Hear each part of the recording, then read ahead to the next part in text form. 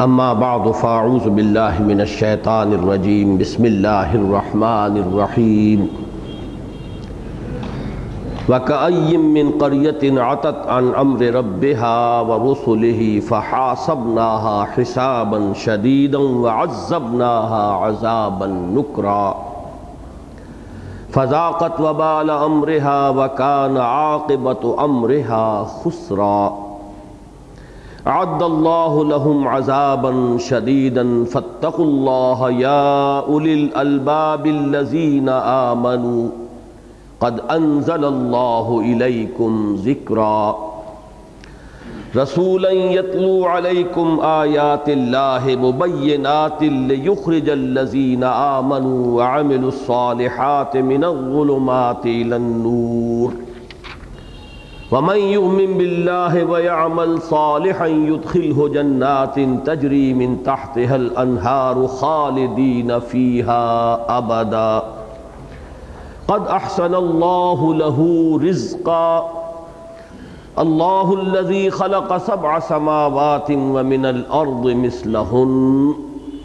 يتنزل الامر بينهن لتعلموا ان الله على كل شيء قدير وان الله قد احاط بكل شيء علما صدق اللہ العظیم رب اشرح لي صدری ویسر لي امری واحلل عقدۃ من لسانی یفقہوا قولی اللہم ربنا الہمنا رشدنا واعذنا من شرور انفسنا اللہم ارنا الحق حقا وارزقنا اتباعہ وارنا الباطل باطلا وارزقنا اجتنابہ آمین یا رب العالمین۔ آپ کو یاد ہوگا کہ سورۃ الطلاق کے پہلے رکوع میں جو 7 آیات پر مشتمل ہے، شریعت اسلامی میں طلاق کے جو احکام ہیں اور قواعد و ضوابط ہیں جو اصلاً سورہ بقرہ میں تفصیلاً بیان ہو چکے تھے، یہاں ان کے بعض قانونی پہلوؤں کی بھی مزید وضاحت ہے، لیکن اصلاً ان کے ضمن میں جو اخلاقی پہلو ہے اسے نمایاں کیا گیا ہے اور اس پر نہایت تاکیدی زور دیا گیا ہے، اس لیے کہ یہ بات سامنے رہنی چاہیے کہ قانون بہرحال قانون ہے اور اس قانون کی لیمیٹیشنز ہوتی ہیں، اور ہر قانون کے ساتھ یہ ممکن ہوتا ہے کہ لوگ اسے مذاق بنا لیں، کھیل بنا لیں کہ قانون تو پورا ہو رہا ہو، لفظاً جو ہے اس کے تقاضے ادا کیے جا رہے ہوں، لیکن اس کی روح جو ہے وہ غائب ہو جائے۔ اگرچہ یہ لطیفوں کے طور پر مشہور ہے واقعات، لیکن یہ کہ زکوٰۃ کے سلسلے میں خاص طور پر ابو الفضل اور فیضی جو کہ اکبر کے 9 رتنوں میں جن کا شمار ہوتا ہے، ان میں سے ایک شخص کے بارے میں یہ خاصی مستند روایت ہے کہ وہ ہر سال یہ کرتے تھے کہ اپنی کل دولت جو ہے 11 مہینے پورے ہوئے تو اپنی بیوی کے نام ہبہ کر دی، منتقل کر دی، تاکہ وہ حولان حول نہ ہو اور مجھے زکوٰۃ نہ دینی پڑے۔ پھر بیوی کی ملکیت میں جب 11 مہینے ہو گئے تو اس نے وہ ہبہ کر دی اپنے شوہر کو واپس، تاکہ کسی پر بھی حولان حول نہ ہو جو ایک شرط ہے زکوٰۃ کی،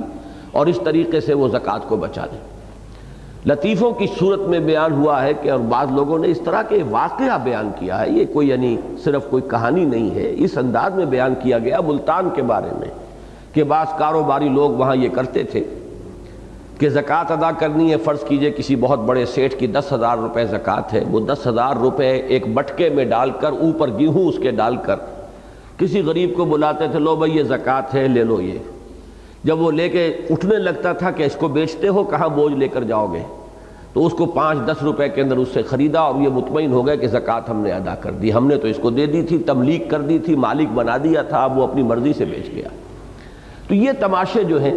قانون کے ساتھ ہمیشہ ہو سکتے ہیں۔ یہی معاملہ جو ہے طلاق کے بارے میں کہ اس کے قانون کو لوگ کھیل بنا لیں، باقاعدہ یہ الفاظ حضرت عمر فاروق رضی اللہ تعالیٰ عنہ سے مروی ہیں کہ کیا اللہ کی کتاب کے ساتھ اب کھیل کیا جائے گا؟ تو در حقیقت ہر قانون کے ساتھ اس کا جو اخلاقی پہلو ہے اگر وہ سامنے نہ رہے تو قانون کی بظاہر پابندی ہو رہی ہوتی ہے، درحال کہ اس کی اصل روح جو ہے وہ غتربود ہو جاتی ہے۔ تو یہ بات نوٹ کر لیجئے کہ یہ آئلی قوانین اور اس میں خصوصاً یہ طلاق وغیرہ کا معاملہ اتنا اہم ہے کہ سورہ بقرہ کے 3 رکوع تو ہیں جو مسلسل انہی مضامین پر مشتمل ہیں. پورا 28واں رکوع، پورا 29واں رکوع، پورا 30واں رکوع، مزید یہ کہ 27ویں کا آخری حصہ اور 31ویں کا شروع کا حصہ یہ بھی انہی آئلی قوانین کے اوپر مشتمل ہے. تو گویا کہ اس قدر اہمیت ہے ان کی کہ اس قدر وضاحت کے ساتھ وہاں بات آ چکی ہے. پھر بھی اللہ تعالیٰ نے اس کے بعض پہلوؤں کو جن کے بارے میں نے عرض کیا، بعض قانونی پہلوؤں کو بھی مزید واضح کیا، لیکن زیادہ زور جو ہے وہ یہاں پر وہ اس کے اخلاقی پہلو پر ہے. اس میں جو بات اس کے نتیجے کے طور پر سامنے آتی ہے وہ میں نے پچھلی مرتبہ بھی عرض کی تھی، اس کو دوبارہ ذہن میں تازہ کر لیجئے کہ ان آئلی قوانین کی کتنی اہمیت ہے شریعت اسلامی کے اندر. یہی وجہ ہے کہ پچھلے رکوع میں بھی جو ہم نے پڑھا تھا تو الفاظ آئے تھے تلک حدود اللہ فلا تعتدوها ومن یتعد حدود اللہ فقد ظلم نفسہ. یہ اللہ کی حدود ہیں، ان سے تجاوز نہ کرو، اور جو اللہ کی حدود سے تجاوز کرتا ہے تو گویا وہ اپنے اوپر ہی ظلم کرتا ہے، اللہ کا کچھ نہیں بگاڑتا، کسی اور کا کچھ نہیں بگاڑتا، اپنی عاقبت برباد کرتا ہے. اس کے ساتھ ہی چونکہ یہاں زیادہ اخلاقی پہلو جو ہے وہ نمایاں کیا گیا، لہذا تقوی پر جتنا زور ان آیات میں آ چکا ہے اس کو ذہن میں تازہ کر لیجیے. تقوی وَمَن يَتَّقِ اللَّهَ يَجْعَلْ لَهُ مَخْرَجًا وَيَرْزُقْهُ مِنْ حَيْثُ لَا يَحْتَسِبُ. جو اللہ کا تقوی اختیار کرے گا اللہ تعالیٰ اس کے لیے راستے نکال دے گا، اس کے کام سنوار دے گا، اس کی مشکلات حل کر دے گا، اور اس کو وہاں سے رزق پہنچائے گا اور وہاں سے اس کی ضروریات پوری کرے گا جہاں سے اسے سان گمان تک نہیں ہوگا. وَمَن يَتَّقِ اللَّهَ يَجْعَلْ لَهُ مِنْ أَمْرِهِ يُسْرًا. یہ بھی غالباً الفاظ آئے تھے. جو بھی اللہ کا تقوی اختیار کرتا ہے اللہ تعالیٰ اس کے معاملات کے اندر آسانی پیدا کر دے گا. گویا کہ جس کو ہم تشویق اور ترغیب کہتے ہیں وہ تو ان آیات کے اندر بھی موجود تھی، لیکن اب یہ جو دوسرا رکوع ہے ان پر غور کیجئے. یہ کل 5 آیات پر مشتمل ہے. اس میں سے 2.5 آیات کا جو انداز ہے جو ابھی میں ترجمہ کروں گا وہ ایسا ہے کہ جو شدید ترین انذار کا جو انداز ہوتا ہے قرآن مجید میں، خبردار کرنے کا اور متنبہ کرنے کا، تنبیہ کا، بالکل جیسے کہ کفار و مشرکین اور جو معاندین اسلام ہو، معاندین خدا و رسول، ان کے ساتھ جس انداز میں خطاب ہوتا ہے مکی صورتوں میں وہ انداز یہاں پر ہے، تاکہ اور اچھی طرح واضح ہو جائے کہ ان معاملات کو لائٹلی نہیں لینا چاہیے. ان کے بارے میں انسان جو ہے وہ سہل انگاری میں اپنے آپ کو مبتلا نہ کرے، بلکہ یہ کہ جان لے کہ ان احکام کی خلاف ورزی کا مطلب گویا کہ اللہ کے غضب کو دعوت دینا ہے. تو جیسے کہ میں نے بارہا عرض کیا ہے کسی بھی چیز پر تاکید کے 2 پہلو ہوتے ہیں، ترغیب اور تشویق، اور دوسری طرف ترہیب. ترغیب اور تشویق کیا ہے کہ کسی کام کے لیے ترغیب کی جائے، طرح طرح سے سمجھایا جائے، دل جوئی کے ساتھ دل میں اترنے والے انداز میں بات کی جائے، واعظ و نصیحت کی جائے. اور ترہیب جو ہے دھمکانا کہ اگر تم نے یہ نہ کیا تو اس کا نتیجہ یہ نکلے گا. تو جہاں تک ترغیب کا تعلق ہے وہ تو ان آیات کے اندر آ چکا ہے بتمام و کمال، بلکہ ترہیب کا انداز بھی آ گیا تھا تلک حدود اللہ فلا تعتدوها ومن يتعد حدود اللہ فقد ظلم نفسہ. لیکن اس رکوع میں انذار کا اور ترہیب کا انداز جو ہے وہ بہت زوردار ہے، اور اس کے بعد ترغیب کا انداز بھی آ جائے گا. تو دونوں رکوعوں کے اندر یہ چیزیں آپ کو ملی جلی ملیں گی. بظاہر ان 5 آیات میں کہیں اب طلاق کا، عدت کا، ان قوانین کا کوئی ذکر نہیں ہے، لیکن سارا کا سارا زور جو ہے وہ در حقیقت اس پر ہے کہ ان احکام کی پوری پابندی کرو. یہ اللہ کے احکام ہیں، ان کی پوری عظمت تمہارے ذہنوں میں اور دلوں میں رہنی چاہیے. اس کے بارے میں ان کو ہلکا سمجھ لینا اور سہل انگاری کی روش اختیار کرنا تباہ کن ہے. اب دیکھیے انداز دیکھیے 2.5 آیات کا، جن میں بالکل وہ انداز ہے کہ جس میں اللہ تعالیٰ کا جلال اور اللہ کا غضب نمایاں ہوتا ہے. اور خاص طور پر یہ انداز جو ہے یہ تو مکی صورتوں کا ہے، اور یہ کفار و مشرکین اور کھلم کھلا جو دشمن تھے اللہ کے اور اس کے رسول کے، ان سے خطاب میں یہ انداز آتا ہے.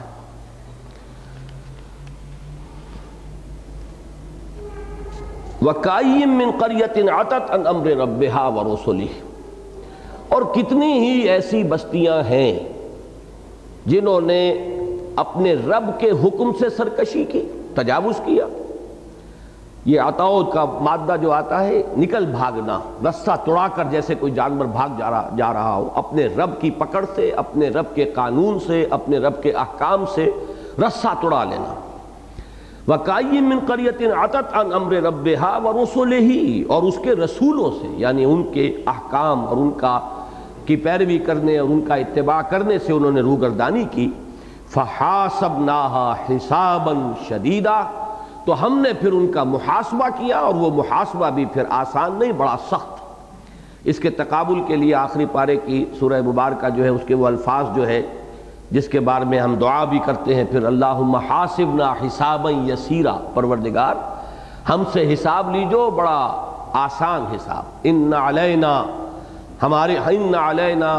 حسابہم ایابہم ثم ان علینا حسابہم، انہیں ہماری ہی طرف لوٹ کر آنا ہے، پھر ہمارے ہی ذمے ہے ان کا حساب۔ تو اس آیت مبارکہ کے جواب میں یہ دعا جو ہے حضور نے تلقین فرمائی ہے کہ اللہم حاسبنا حسابا یسیرا، یہاں وہ حسابا شدیدہ کا لفظ آیا ہے، تو ہم نے ان سے حساب لیا یا ان کا محاسبہ کیا بڑا سخت۔ وعذبناها عذابا نکرا، اور ہم نے انہیں عذاب دیا، اور وہ عذاب بھی کیسا؟ ہولناک عذاب۔ نکرا اس شے کو کہتے ہیں کہ جو اجنبی سی ہو، پہچان میں نہ آئے، معروف نہ ہو، یعنی ایسا جس کا تصور نہ کیا جا سکے، جس کے بارے میں انسان پہلے سے اندازہ قائم نہ کر سکے۔ ایک تو وہ ہے عام قسم کی اللہ تعالیٰ کی طرف سے گرفت ہوتی رہی، لیکن یہ ہے کہ یہ وہ عذاب ہے کہ جس کا کسی کو اندازہ تک نہ ہو سکتا تھا۔ ایک عذاب جیسے کہ سورہ سجدہ میں آیا ہے فَلَنُذِيقَنَّهُم مِّنَ الْعَذَابِ الْأَدْنَىٰ دُونَ الْعَذَابِ الْأَكْبَرِ، ایک عذاب الاکبر ہے کہ جس میں کسی قوم کو نسیم منسیہ کر دیا جائے، ختم کر دیا جائے، جڑ کاٹ دی جائے۔ فَقُطِعَ دَابُرُ الْقَوْمِ الَّذِينَ ظَلَمُوا، کاٹ دی گئی جڑ اس قوم کی جس نے کہ کفر اور شرک کی اور ظلم کی روش اختیار کی تھی۔ ایسے ہو گئے کَأَلَّمْ يَغْنَوْا فِيهَا، ایسے ہو گئے جیسے وہاں بستے ہی نہیں تھے۔ اس آخری عذاب سے پہلے تنبیہ کے طور پر اللہ تعالیٰ چھوٹے چھوٹے عذاب ان قوموں پر بھیجا کرتا تھا جن کی طرف رسول مبعوث ہوتے تھے، تاکہ جو جاگ سکتے ہو جاگ جائیں، جو ہوش میں آ سکتے ہو ہوش میں آ جائیں، جن میں کوئی اصلاح پذیری کا مادہ ہے وہ اصلاح کر لیں۔ لیکن پھر یہ کہ جب لوگ ہوش میں نہیں آتے تھے تو آخر کار وہ آخری عذاب آ جاتا تھا۔ وہ عذاب پھر وہ معمولی قسم کا عذاب نہیں ہوتا تھا، وہ تو جڑ کاٹ دینے والا۔ اس لیے اس کو اس عذاب الاکبر کو یہاں پر کہا گیا ہے عذابا نکرا، ایسا کہ جو ان کے تصور میں نہیں آ سکتا تھا، وہ عذاب ہم نے بھیجا۔ فذاقت وبال امرہا وکان عاقبت امرہا خسرا، پھر ان بستیوں نے اپنے معاملے کا، اپنے کیے کا مزہ چکھ لیا۔ وکان عاقبت امرہا خسرا، اور ان بستیوں کے جو معاملہ تھا اس کا انجام بہرحال خسارہ اور تباہی اور بربادی ہی تھا۔ یہ ان دو آیات کو ذہن میں رکھیے، اور سورہ تغابن جو اس سے متصل قبل ہے، وہ جو ایمان بالرسل کے ضمن میں دو آیات وہاں آئی تھیں، اگر ان کو ذہن میں تازہ کریں گے تو بڑی گہری ایک مشابہت اور مناسبت سامنے آئے گی۔ اس بات کو ذہن میں رکھیے کہ اگرچہ اس سورہ مبارکہ کا اصل جوڑا تو ہے سورۃ التحریم جو آگے آئے گی، لیکن یہ تمام صورتیں ایک ہی گروپ کی ہیں، تو ان میں ان جوڑوں کے علاوہ بھی مشابہتیں جو ہیں اور مناسبتیں موجود ہیں۔ جیسے میں نے عرض کیا تھا کہ سورہ منافقون اصلاً جوڑا ہے سورہ تغابن کا، سورہ جمعہ اصلاً جوڑا ہے سورہ صف کا، لیکن یہ دونوں صورتیں جو ہیں سورہ جمعہ اور سورہ منافقون بڑی ہی انٹرلاکڈ ہیں، کہ سورہ جمعہ کی آخری آیت یہ ہے کہ لوگ حضور کو چھوڑ کر چلے گئے جب انہوں نے دیکھا کوئی کھیل اور تماشا، اور وہ حضور کو کھڑا چھوڑ کر خطبہ دیتے ہوئے چلے گئے۔ اور سورہ منافقون کا آغاز ہوتا ہے اذا جاءک المنافقون قالوا نشہد انک لرسول اللہ، تو تصویر لفظی ہے کہ ایک میں لوگوں کے چلے جانے کا اور ایک میں لوگوں کے حضور کی خدمت میں حاضر ہونے کا تذکرہ ہے۔ اس طریقے سے گویا کہ دونوں صورتیں جو ہیں وہ ایک طریقے سے انٹرلاک ہو گئی۔ یہاں پر بھی دیکھیے سورہ تغابن کے وہ الفاظ، الم یاتکم نبأ الذین کفروا من قبل فذاقوا وبال امرہم، ذرا نوٹ کیجئے، فذاقوا وبال امرہم، اور یہاں ہم الفاظ پڑھ رہے ہیں فذاقت وبال امرہا۔ فرق کیا ہے؟ وہاں قوموں کے عنوان سے ذکر ہو رہا ہے، یہاں بستیوں کے عنوان سے ذکر ہو رہا ہے، بات ایک ہی ہے، کہیں ظرف ہے کہیں مظروف ہے، کہیں ان بستیوں کا ذکر ہے ان آیات میں جو اس وقت ہم پڑھ رہے ہیں، وَكَأَيٍّ مِّن قَرْيَةٍ عَتَتْ عَنْ أَمْرِ رَبِّهَا، اور وہاں ان قوموں کا ذکر ہے جو ان بستیوں میں آباد تھیں. الم یاتکم نبأ الذین کفروا من قبل فذاقوا وبال امرهم ولهم عذاب علیم ذلک بانہ کانت تاتیہم رسلہم بالبینات فقالوا بشر یہدوننا فکفروا وتولوا واستغنى اللہ واللہ غنی حمید. وہ دو آیات سورہ تغابن کی اور یہ دو آیات سورہ طلاق کی، ان کے درمیان بڑی گہری مشابہت ہے. وَكَأَيٍّ مِّن قَرْيَةٍ عَتَتْ عَنْ أَمْرِ رَبِّهَا وَرُسُلِهِ فَحَاسَبْنَاهَا حِسَابًا شَدِيدًا وَعَذَّبْنَاهَا عَذَابًا نُكْرًا فَذَاقَتْ وَبَالَ أَمْرِهَا وَكَانَ عَاقِبَةُ أَمْرِهَا خُسْرًا. أَعَدَّ اللَّهُ لَهُمْ عَذَابًا شَدِيدًا. اب دیکھیے وہاں پر بھی فرمایا گیا تھا کہ انہوں نے اپنے کیے کا مزہ چکھ لیا. وَلَهُمْ عَذَابٌ أَلِيمٌ. اصل عذاب تو دردناک عذاب جو ہے وہ جہنم کا ہے جو ان کا منتظر ہے. دنیا میں نیست و نابود ہو جانا، ختم ہو جانا، نسیم منسیہ ہو جانا، یہ تو کوئی اتنا بڑا عذاب نہیں ہے. اس لیے کہ موت تو آتی ہے تو چند لمحوں کے اندر انسان کا خاتمہ ہو جاتا ہے، اس کو وہ تکلیف، وہ اذیت جو ہے پہم نہیں ہوتی. پھانسی جس نے پائی ہے ایک جھٹکا ہوتا ہے، اس کے بعد اسے کچھ پتہ نہیں کیا ہو رہا ہے. دیکھنے والوں کو ضرور جھرجھری آتی ہے کہ جسم جو ہے وہ تڑپ رہا ہے، کانپ رہا ہے، اسے کچھ پتہ نہیں. اسی طرح کوئی ڈوب رہا ہے، وہ چند ہی لمحے ہوں گے کہ جس میں اس کو احساس ہوگا، اس کے بعد اس کا احساس ختم ہو جائے گا. تو موت جو ہے یا خاتمہ اس دنیا کا وہ اصل عذاب علیم نہیں ہے. وہ دنیاوی اعتبار سے تو بہت بڑا عذاب نظر آتا ہے کہ قوم ختم ہو گئی، لیکن اصل تو وَلَهُمْ عَذَابٌ عَلِيمٌ، اصل جو دردناک عذاب ہے جس کی دردناکی کبھی ختم نہیں ہوگی. ثُمَّ لَا يَمُوتُ فِيهَا وَلَا يَحْيَا، کہ نہ پھر انسان اس میں جیے گا نہ مرے گا، نہ زندوں میں نہ مردوں میں. تو وہ جو عذاب ہے اس کا یہاں بھی ذکر کر دیا گیا، جیسے وہاں فرمایا تھا اعد اللہ لہم عذابا شدیدا، اللہ نے ان کے لیے بہت شدید عذاب تیار کیا ہوا ہے. وہ عذاب ابھی ان کا منتظر ہے، وہ کہ جو انہیں یوم قیامت کے بعد آخرت میں ملنا ہے. فاتقوا اللہ یا اولی الالباب، بس تقوی اختیار کرو اللہ کا اے ہوش مندو، اے عقل مندو، اے وہ لوگو جو اپنے نفع اور نقصان کا کچھ بھی خیال رکھنے والے ہو، تمہیں اللہ کا تقوی اختیار کرنا چاہیے. اب یہاں آپ نے وہ فرق نوٹ کر لیا ہوگا کہ پہلے رکوع میں بھی 2 مرتبہ فرمایا، لیکن وہ ترغیب کا انداز ہے. من یتق اللہ یجعل لہ مخرجا ویرزقہ من حیث لا یحتسب. جو اللہ کا تقوی اختیار کرتا ہے اللہ تعالیٰ اس کے لیے راستے نکال دیتا ہے، مشکلات آسان کر دیتا ہے، اسے رزق پہنچاتا ہے، اس کی ضروریات پوری فرماتا ہے جہاں سے اسے گمان تک نہیں ہوتا. اور ومن یتق اللہ یجعل لہ من امرہ یسرا، اور جو اللہ کا تقوی اختیار کرتا ہے اللہ تعالیٰ اس کے معاملات میں آسانی پیدا فرما دیتا ہے. یہ ترغیب اور تشویق ہے، اور یہاں جو ہے وہی معاملات ترہیب اور ایک تنبیہ کے انداز میں، انذار کے انداز میں ہے، لیکن نتیجہ ایک ہی ہے. فاتقوا اللہ یا اولی الالباب، تو اللہ کا تقوی اختیار کرو اے ہوش مندو. یہاں تک وہ 2.5 آیات بنتی ہیں جن کے بارے میں میں نے عرض کیا کہ ان کا انداز بالکل وہ ہے کہ جو کفار اور مشرکین اور معاندین اور اللہ اور اس کے رسول کے کھلے کھلے دشمنوں کے ساتھ جو انداز ہوتا ہے خطاب کا وہ ہے. لیکن اب اس کو کھولا الذین آمنوا، یہاں کون مخاطب ہیں؟ یہاں کفار مخاطب نہیں ہیں. اس کو خاص طور پر نوٹ کر لیجئے کہ میں نے بارہا یہ کہا ہے کہ ان پوری صورتوں میں سورہ حدید سے لے کر سورہ تحریم تک خطاب کفار سے ہے ہی نہیں. یہ مسلمانوں سے خطاب ہے سارا، یہ امت مسلمہ سے خطاب ہے. امت مسلمہ میں سچے مومن بھی ہیں، منافق بھی ہیں، وہ بھی ہیں جن کے دلوں میں روگ ہیں، وہ بھی ہیں جن کے قول اور فعل میں تضاد ہیں، وہ بھی ہیں جو کہتے کچھ ہیں کرتے کچھ ہیں. زبان سے عشق رسول کے دعوے اور اتباع رسول جو ہے کہیں کوسوں ان کی زندگی میں اور شخصیتوں میں نظر نہ آئے. اصل میں وہ ہیں مخاطب ان صورتوں کے، لہذا انداز اگرچہ وہ ہے لیکن یہاں کھول دیا فاتقوا اللہ یا اولی الالباب الذین آمنوا، اے وہ ہوش مندو جو ایمان بھی لے آئے ہو، جو ایمان کا بھی دعویٰ کر رہے ہو، جو ایمان کا اقرار کر رہے ہو، جنہوں نے کہ ایمان کو قبول کیا ہے، تو ہوش کرو اور واقعتاً ایمان لاؤ جیسے کہ ایمان لانے کا حق ہے، جس کا نتیجہ ہے اللہ کا تقوی، اللہ کے احکام کی پابندی. اس سے یہ بات نکلی ہے، اس نتیجے کو ذہن میں رکھ لیجئے، یہ قانونی ایمان جو ہمیں یہاں دنیا میں حاصل ہوتا ہے یہ قطعاً کوئی فرق نہیں کرتا ہے انسان کے مابین جہاں تک اللہ تعالیٰ کا معاملہ ہے اس کے اعتبار سے. اس لیے کہ اللہ نے تو اسی انداز میں خطاب فرمایا یہاں ان لوگوں کو جو ہیں تو اہل ایمان، جو مدعی ہیں ایمان کے، لیکن یہ کہ وہ اللہ کے احکام کی پرواہ نہیں کر رہے۔ اور اس سے ذرا آپ اندازہ کیجئے کہ کس قدر بڑی بدبختی ہے۔ آپ نے یہ مسلسل 10-11 سال جو ہیں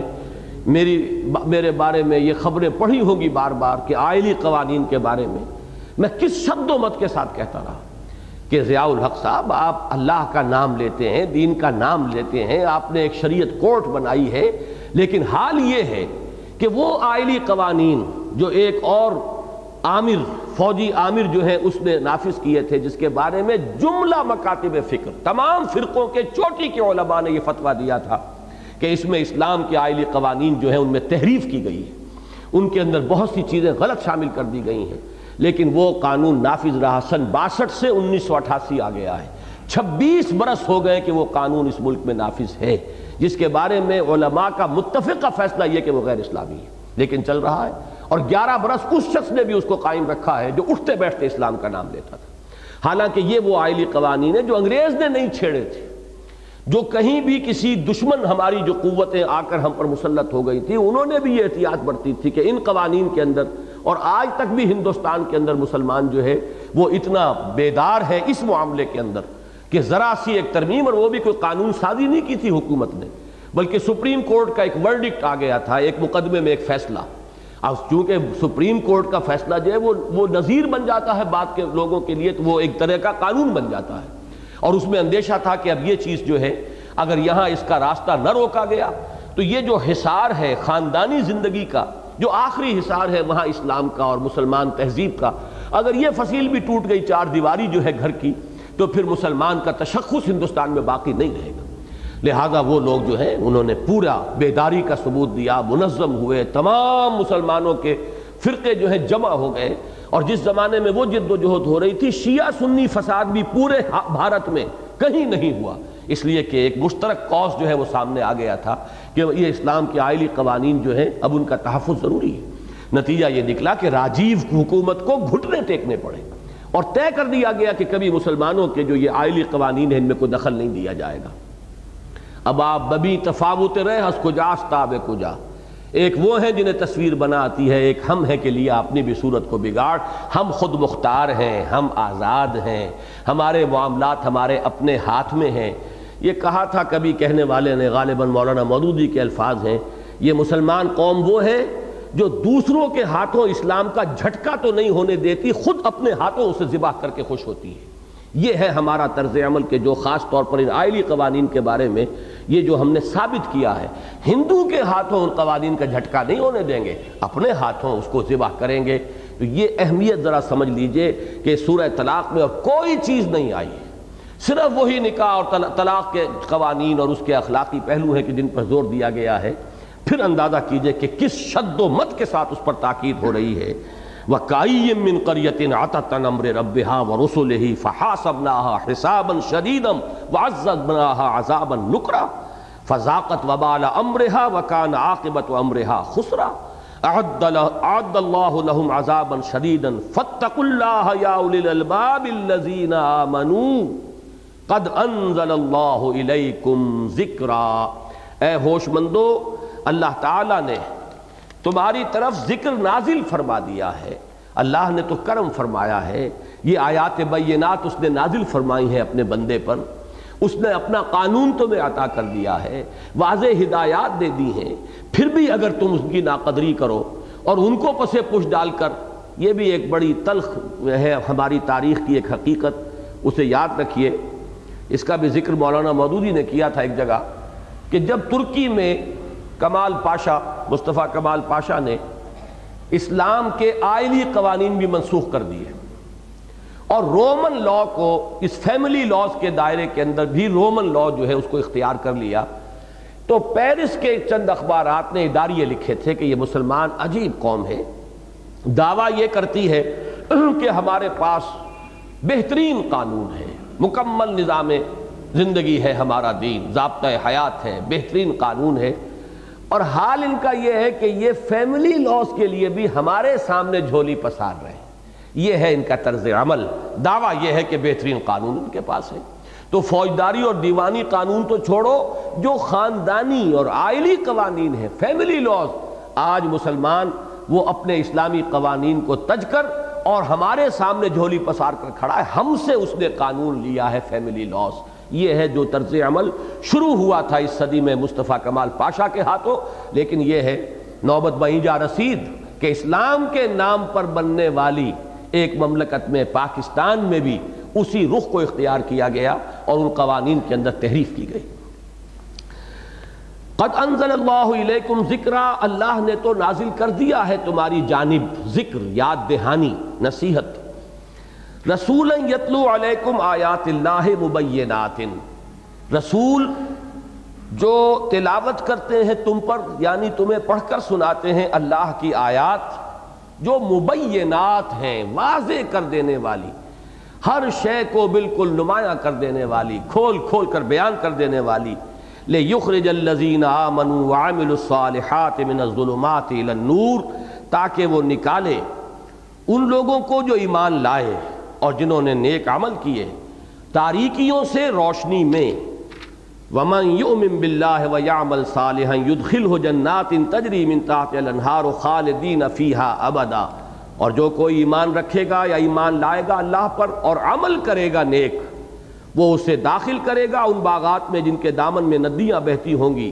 خالدین فیہا ابدا، اور وہ رہیں گے اس میں ہمیشہ ہمیش۔ قد احسن اللہ لہ رزقا، یقیناً اللہ تعالیٰ نے تو اس کے لیے بہترین رزق فراہم کیا ہے۔ اس آیت مبارکہ میں چند چیزیں ہیں کہ جو بڑی اہم ہیں۔ ایک تو یہ کہ ذکرا، اور ذکرا کے بعد رسولاً، یہ جو حالت نسبی میں آیا ہے یہ گویا کہ اسی کا بیان ہے۔ یہاں پر ذکر کا لفظ جو آیا ہے وہ کور کر رہا ہے رسول کی شخصیت کو بھی صلی اللہ علیہ وسلم۔ یہ ذرا ایک مسئلہ ہے تفسیری کہ ذکر عام طور پر تو قرآن مجید میں صرف قرآن ہی کے لیے آیا ہے، اِنَّا نَحْنُ نَزَّلْنَا الذِّكْرَ وَإِنَّا لَهُ لَحَافِظُونَ، ہم نے ہی اس الذکر کو نازل کیا ہے اور ہم ہی اس کے حفاظت کرنے والے ہیں۔ اسی طریقے سے انزلنا الیک الذکر لتبین للناس ما نزل الیہم، اے نبی ہم نے آپ کی طرف یہ ذکر نازل فرمایا ہے تاکہ آپ واضح کریں لوگوں کے لیے جو کچھ کہ ان کے لیے اتارا گیا ہے۔ تو اصل میں تو قرآن ذکر یہ در حقیقت قرآن کے لیے، اس پر میں تفصیلی گفتگو کر چکا ہوں سورہ جمعہ کے دوسرے رکوع کے ضمن میں، کہ ذکر میں اولین شے، اہم ترین شے وہ قرآن مجید ہے۔ لیکن یہاں اصل میں اس کے ساتھ، اور ویسے یہاں بھی قد انزل اللہ الیکم ذکرا، یہاں پہ لفظ انزال آیا ہے، نازل کیا ہے، کر دیا ہے اللہ نے تمہاری طرف ذکر۔ گویا کہ اس اعتبار سے اگر سیاق کو دیکھا جائے، جو کلام چل رہا ہے پیچھے، تو وہ قرآن مجید ہی مصداق بنتا ہے ذکر کا۔ لیکن اگلی آیت کو جس طور سے اللہ تعالیٰ نے یہاں جوڑ دیا ہے تو معلوم ہوا کہ ذکرہ ہی کا بیان ہے، رسولا یتلو علیکم آیات اللہ، وہ رسول صلی اللہ علیہ وسلم جو تمہیں آیات الہی پڑھ کر سنا رہا ہے۔ تو اس میں جو ایک بہت اہم نقطہ ہے اسے نوٹ کر لیجئے کہ اصل میں رسول اور وہ کتاب جو اللہ اسے عطا فرماتا ہے، یہ دونوں مل کر ایک وحدت بنتے ہیں، جسے آپ انگریزی میں آرگینک ہول کہتے ہیں، انسیپریبل، یہ ایک دوسرے سے جدا نہیں کیے جا سکتے، یہ ایک آرگینک ہول ہے، رسول کی ذات اور وہ کلام جو اس پر نازل کیا گیا، یہ دونوں مل جل کر ایک ہی حقیقت واحدہ ہے۔ اس کی مثال ایک یہ ہے، اور دوسرے سورہ بینہ میں اس سے ذرا آپ اس کا تقابل کر لیجئے۔ لم یکن الذین کفروا من اہل الکتاب والمشرکین منفکین حتی تأتیہم البینہ، یہ لوگ جنہوں نے کفر کیا تھا اہل کتاب میں سے اور مشرکین میں سے باز آنے والے نہیں تھے جب تک کہ بینہ نہ آ جاتی ان کے پاس، اور وہ بینہ کیا ہے؟ رسول من اللہ یتلو صحفا مطہرۃ فیہا کتب قیمہ، رسول اللہ کی طرف سے جو پڑھتے ہوئے آئے ہیں ایسے پاکیزہ صحیفے جن میں اللہ کی قائم و دائم کتاب، اللہ کا قائم و دائم قانون درج ہے۔ تو گویا کہ یوں کہہ لیں معلم اور کتاب، ایک کتاب اور اس کے معلم، چونکہ حضور نے فرمایا بھی ہے کہ انما بعثت معلما، میں تو ایک معلم کی حیثیت سے بھیجا گیا ہوں۔ تو معلم اور کتاب یہ دونوں مل کر ایک وحدت بنتے ہیں، اور اسی وحدت کو آپ ذکر بھی کہہ سکتے ہیں، اسی وحدت کو آپ بینہ بھی کہہ سکتے ہیں۔ سورہ بینہ میں اس کے لیے لفظ بینہ آیا، رسول من اللہ یتلو صحفا مطہرۃ فیہا کتب قیمہ، اور یہاں فرمایا قد انزل اللہ الیکم ذکرا رسولا یتلو علیکم آیات اللہ، بلکہ یہ کہ اس کو ملا کر پڑھنا جو ہے وہ زیادہ صحیح ہوگا، قد انزل اللہ الیکم ذکر الرسول یتلو علیکم آیات اللہ مبینات، گویا کہ یہ بیان ہے کہ رسول اور وہ آیات بینات یا مبینات، ابھی بعد میں عرض کروں گا اس میں کیا فرق ہے، کہ وہ پڑھتے ہوئے رسول آئے ہیں، یہ ہے دونوں مل کر گویا کہ ذکر، یہ دونوں مل کر ایک بینہ ہے۔ اسی کی تائید ہوتی ہے حضرت عائشہ صدیقہ رضی اللہ تعالی عنہا کے اس قول سے کہ جب ان سے یہ درخواست کی گئی، فرمائش کی گئی کہ ہمیں ذرا سیرت سنائیے، تو انہوں نے فرمایا، جواباً پلٹ کر سوال کیا کہ الستم تقرؤون القرآن، کیا آپ لوگ قرآن نہیں پڑھتے؟ معلوم ایسا ہوتا ہے کہ کچھ تابعین حضرات ہوں گے، حضرت عائشہ صدیقہ رضی اللہ تعالیٰ عنہ بہت جوانی کی عمر میں بیوہ ہوئی ہیں اور آپ کو ایک طویل عمر اللہ نے عطا فرمائی، تو اب وہ جو تابعین کا حلقہ تھا کہ جو حضور صلی اللہ علیہ وسلم کی زیارت سے محروم رہے، ان لوگوں کی حسرت کا میں کبھی کبھی کہا کرتا ہوں، آپ اندازہ کیجئے ہمارا تو معاملہ یہ ہے نا کہ 1400 برس کا فصل ہے، لہذا وہ اس درجے کو شدت کے ساتھ کو حسرت کا احساس ہمارے دل میں پیدا نہیں ہو سکتا کہ کاش کہ ہم بھی حضور کے زمانے میں ہوتے اور ہم نے اپنی ان آنکھوں کے ساتھ حضور کی زیارت کی ہوتی، لیکن ذرا ان لوگوں کا تصور کیجئے، ان کا حال تو اس شعر کے مصداق تھا کہ قسمت کی خوبی دیکھیے ٹوٹی کہاں کمند، دو چار ہاتھ جب کہ لبے بام رہ گیا، چند ہی سال کا اگر فرق ہو جاتا، ہم پہلے پیدا ہو گئے ہوتے یا حضور کو اللہ تعالیٰ مزید چند سال اس دنیا میں اس حیات دنیاوی کو طول دے دیتا آپ کی، تو ہم بھی زیارت سے مشرف ہو جاتے۔ اس حسرت کے ساتھ اب انہوں نے فرمائش کی ہے کہ ہمیں ذرا سیرت سنائیے، لیکن ام المومنین جو معلمہ امت ہے رضی اللہ تعالی عنہ، اور یہی حکمت ہے حضور کی ان کے ساتھ شادی اس نوعمری میں، تاکہ قریب ترین مشاہدہ حضور صلی اللہ علیہ وسلم کا وہ کرے اور انوار نبوت کا پرتو جو ہے وہ زیادہ سے زیادہ اپنی شخصیت کے اندر جذب کریں، اپنے قلب اور ذہن کو ان سے منور کریں، اور پھر ان کے ذریعے سے وہ روشنی جو ہے مومنات اور مومنین تک ایک طویل مدت تک جو ہے وہ پھیلتی رہے۔ تو انہوں نے یہاں حکمت دیکھیے کہ یہ فوراً فرمائش میں کچھ واقعات بیان کر سکتی تھی اور وہ لوگ بڑی دلچسپی سے سنتے،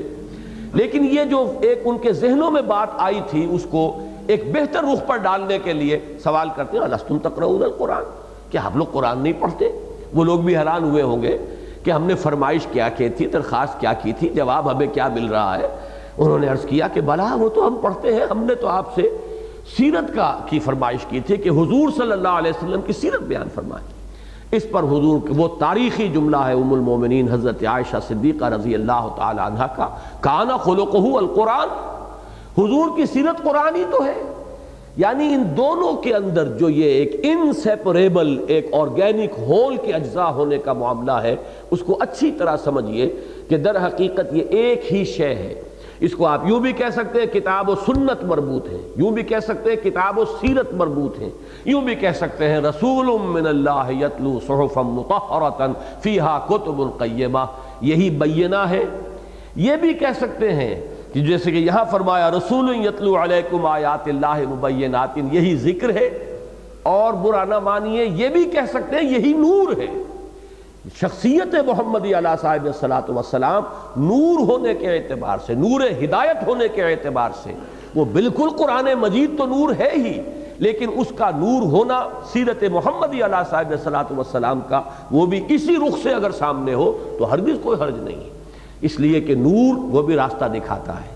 اسی طریقے سے ذکر وہ بھی یاد دلاتا ہے، انسان کی فطرت کے اندر جو چیزیں موجود ہیں ان کی یاد دہانی کراتا ہے، اور اسی طریقے سے بینہ روشن شے کہ جس سے انسان حقیقت سے آگاہ ہو جائے، حقیقت جو ہے اس پر منکشف ہو جائے۔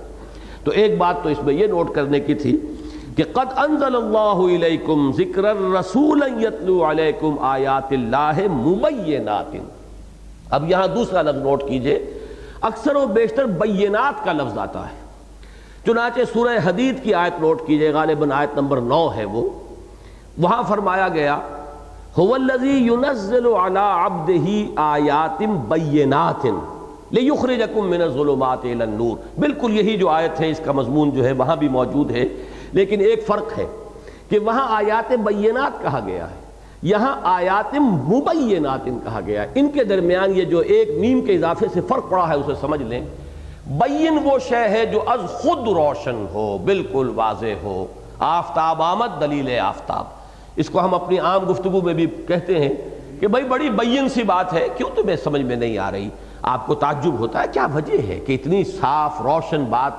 کیوں نہیں اس کی سمجھ میں آ رہی؟ بڑی بین سی بات ہے۔ تو بین اور بینہ اسی کا مؤنث ہے، یہ ایک شے جو از خود روشن ہو،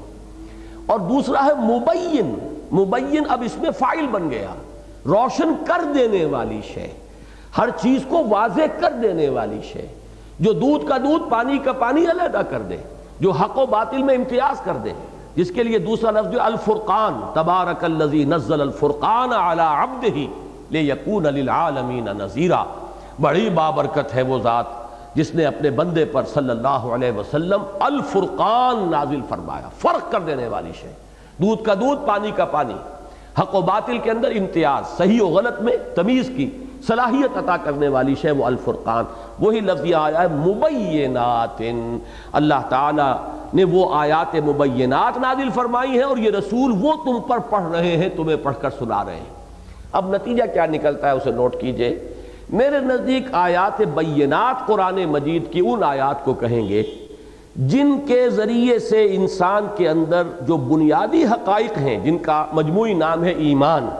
اس کا شعور اجاگر ہوتا ہے۔ اور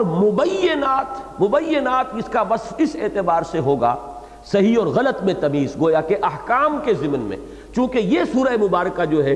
اس کا اولین حصہ جو ہے وہ احکام خداوندی پر مشتمل ہے، شریعت کا ایک اہم شعبہ ہے قانون اسلامی کا، جس سے متعلق یہاں پر گفتگو ہو رہی ہے، لہذا یہاں پر لفظ جو ہے زیادہ موضوع لایا گیا مبینات۔ جیسے کسی چیز کے اوپر روشنی ڈالی جائے تو ایک تو ہے روشن، خود وہ روشن ہے، یہ تو آیات بینات ہیں، آیات روشن ہیں۔ ایک یہ ہے کہ وہ روشنی جب آپ نے کسی جگہ پر ڈالی ہے تو اس سے ہر شے واضح ہو گئی ہے، اس اعتبار سے یہ مبین ہے، اپنی جگہ پر خود بین ہے۔ تو یہ فرق جو ہے نوٹ کر لیجئے، اور میرے نزدیک جو مناسبت ہے اس سورہ مبارکہ میں، خاص طور پر شریعت کے احکام کے ایک شعبے سے متعلق جو باتیں آئی ہیں پہلے رکوع میں، اس کی مناسبت سے یہاں پر لفظ مبینات لایا گیا۔ رسولا یتلو علیکم آیات اللہ مبینات لیخرج الذین آمنوا وعملوا الصالحات۔ اب تقابل کیجئے سورہ حدید کی آیت سے، وہاں فرمایا تھا هو الذی ینزل علی عبدہ آیات بینات لیخرجکم من الظلمات الی النور۔ یہاں لیخرجکم، یہ کم جو ہے اس کی وضاحت کی گئی، کون سے کم، کون لوگ؟ الذین آمنوا وعملوا الصالحات، وہ لوگ کہ جو ایمان لائیں اور نیک عمل کریں۔ اگر وہ ہاتھ پاؤں توڑ کر بیٹھے ہوئے ہوں، اگر وہ عمل کی نیت ہی نہ رکھتے ہوں، اگر ارادہ ہی نہ ہو کہ جو بات سامنے آئے گی اس پر عمل کریں گے، اگر انہوں نے ایمان اور عمل کو علیحدہ علیحدہ کیٹیگریز قرار دے لیا ہو، یہاں نوٹ کر لیجئے ایک اعتبار سے یقیناً علیحدہ ہے، قانونی ایمان کے اعتبار سے جن کی بنیاد پر دنیا میں کسی کو مسلمان سمجھا جاتا ہے، ایمان علیحدہ ہوگا، عمل علیحدہ ہوگا، لیکن حقیقی ایمان کے اعتبار سے جس کی بنیاد پر اللہ کے حق فیصلے ہونے ہیں، یہ ایمان اور عمل صالح ایک وحدت ہے۔ الایمان قول وعمل ویزید وینقص، یہ جو قول ہے امام بخاری رحمہ اللہ کا، یہ 100% درست ہے اس حقیقی ایمان کے ضمن میں، کہ ایمان جو ہے وہ تو قول اور عمل ان دونوں کے مجموعے کا نام ہے، اور یہ گھٹتا بھی ہے بڑھتا بھی ہے۔ وہ اندر والا ایمان بڑھتا ہے تو آپ کا نیک عمل بڑھے گا، اندر والا ایمان گھٹے گا تو آپ کی نیکیاں گھٹیں گی اور آپ کی برائیاں بڑھ جائیں گی، معصیت کا ارتکاب ہونا شروع ہو جائے گا۔ تو یہ ایمان کا آگے پیچھے ہونا، گھٹنا اور بڑھنا جو ہے، اس کا اثر لازماً مترتب ہوتا ہے انسان کے عمل پر۔ لہذا اس آیت کے ساتھ کمپیریزن کرتے ہوئے پھر دیکھیے، هو الذی ینزل علی عبدہ آیات بینات لیخرجکم من الظلمات الی النور، وہی ہے اللہ جو نازل فرما رہا ہے اپنے بندے پر صلی اللہ علیہ وسلم روشن آیات، تاکہ وہ نکالے تمہیں اندھیروں سے روشنی کی طرف۔ اور یہاں پر وہ اس کی وضاحت کر دی گئی کون نکلیں گے، الذین آمنوا وعملوا الصالحات من الظلمات الی النور، وہ نکالتا ہے ان لوگوں کو جو ایمان لائے اور نیک عمل کرتے ہیں اندھیروں سے روشنی کی طرف۔ اب یہ اندھیرے، یہ انسان کے ذہن کے اندھیرے بھی ہیں، فکر کے اندھیارے بھی ہیں، قلب اور روح کی اندر جو ظلمتیں پیوست ہو گئی ہیں وہ بھی ہیں، نیتوں کے اندھیرے بھی ہیں، عزائم اور امنگوں کے اندھیرے بھی ہیں، پھر اعمال کے اندھیرے بھی ہیں، اندھیرے ہیں۔ نور جو ہے، میں نے بارہا عرض کیا ہے، قرآن مجید میں ظلمات ہمیشہ جمع آیا ہے، ظلمت کا لفظ نہیں ملے گا آپ کو، جہاں بھی آیا ظلمات، ظلماتم بعضها فوق بعض سورہ نور میں، اور نور ہمیشہ واحد آیا ہے۔ نور جو ہے وہ انوار کا لفظ نہیں ملے گا آپ کو قرآن میں، نور ایک وحدت ہے، ایک حقیقت ہے۔ در حقیقت ظلمت جو ہے اس کے مختلف شیڈز ہیں، وہ بہت سی ظلمتیں ہوں گی، اور نور ایک حقیقت واحدہ ہے۔ لہذا ظلمات جو ہے وہ جمع کے صیغے میں آئے گا، وہ کہ کوئی کہیں بہت گہری ہے وہ ظلمت، کہیں اور کم ہے، کہیں کسی پہلو سے ہے، کہیں کسی پہلو سے ہے، کہیں کسی گوشے میں اس کا ارتکاز زیادہ ہے، کہیں دوسرے گوشے میں ارتکاز زیادہ ہے۔ ان تمام اندھیاروں سے نکال کر وہ نور جو ایک وحدت بسیطہ ہے، ایک وحدت اس میں نکال کر لاتا ہے، اور وہ در حقیقت کام کس کا ہے؟ رسولا یتلو علیکم آیات اللہ مبینات لیخرج الذین آمنوا وعملوا الصالحات من الظلمات الی النور ومن یؤمن باللہ ویعمل صالحا۔ اب دیکھیے یہ حصہ جو ہے اس آیت کا، پہلا حصہ میں نے عرض کیا کہ سورہ حدید کی اس آیت سے مشابہ ہے، یہ حصہ جو ہے سورہ تغابن کی آیت سے مشابہ ہے، یہ آیت نمبر 9 ہے غالباً سورہ تغابن کی۔ وَمَن يُؤْمِن بِاللَّهِ وَيَعْمَلْ صَالِحًا، دوبارہ پھر تکرار کے ساتھ لایا گیا، جو ایمان لائے گا اللہ پر اور نیک عمل کرے گا، یہ ہے زور، یہ ہے اس کی ایک شرط ہونے کی ایک کیفیت، کہ یہ نہ سمجھو کہ دعویٰ ایمان کا تمہارے لیے کفایت کر جائے گا اور وہ تمہارا بیڑا پار کرا دے گا۔ اس ایمان کی شہادت ملنی چاہیے تمہارے عمل سے، جو تمہارے اندر ہے اس کا ظہور ہونا چاہیے تمہاری سیرت میں، کردار میں، معاملات میں، تمہارے رویے میں، تمہارے کانڈکٹ میں، جو بھی اندر تمہارا جو ویلیو سسٹم ہے، جو نظام اقدار ہے، وہ لازماً ریفلیکٹ ہوتا ہے انسان کے عمل میں، اس کی بھاگ دوڑ میں، سعی و جہد میں، اس کے پرسوٹس میں، کن چیزوں کے لیے وہ دوڑ رہا ہے، کن چیزوں کے حصول کے لیے دن رات ایک کر دیے ہیں۔ تو معلوم یہ ہوا وَمَن يُؤْمِن بِاللَّهِ وَيَعْمَلْ صَالِحًا يُدْخِلْهُ جَنَّاتٍ، وہاں آیا تھا يُكَفِّرْ عَنْهُ سَيِّئَاتِهِ، یہاں اس کو حذف کر دیا، نتیجے پر لے آئے، اس لیے کہ برائیوں کو دھو دینا، گناہوں کو جھاڑ دینا، خطاؤں سے درگزر کرنا، مغفرت اور تکفیر سیئات، یہ در حقیقت پریمبل ہے، یہ مقدمہ ہے اس نتیجے کا جو وہاں بیان ہوا تھا، یکفر عنہ سیئاتہ ویدخلہ جنات تجری من تحتہا الانہار، یہاں پر اس کو مقدمہ جو تھا درمیانی اس کو حذف کر کے یدخلہ جنات تجری من تحتہا الانہار خالدین فیہا ابدا،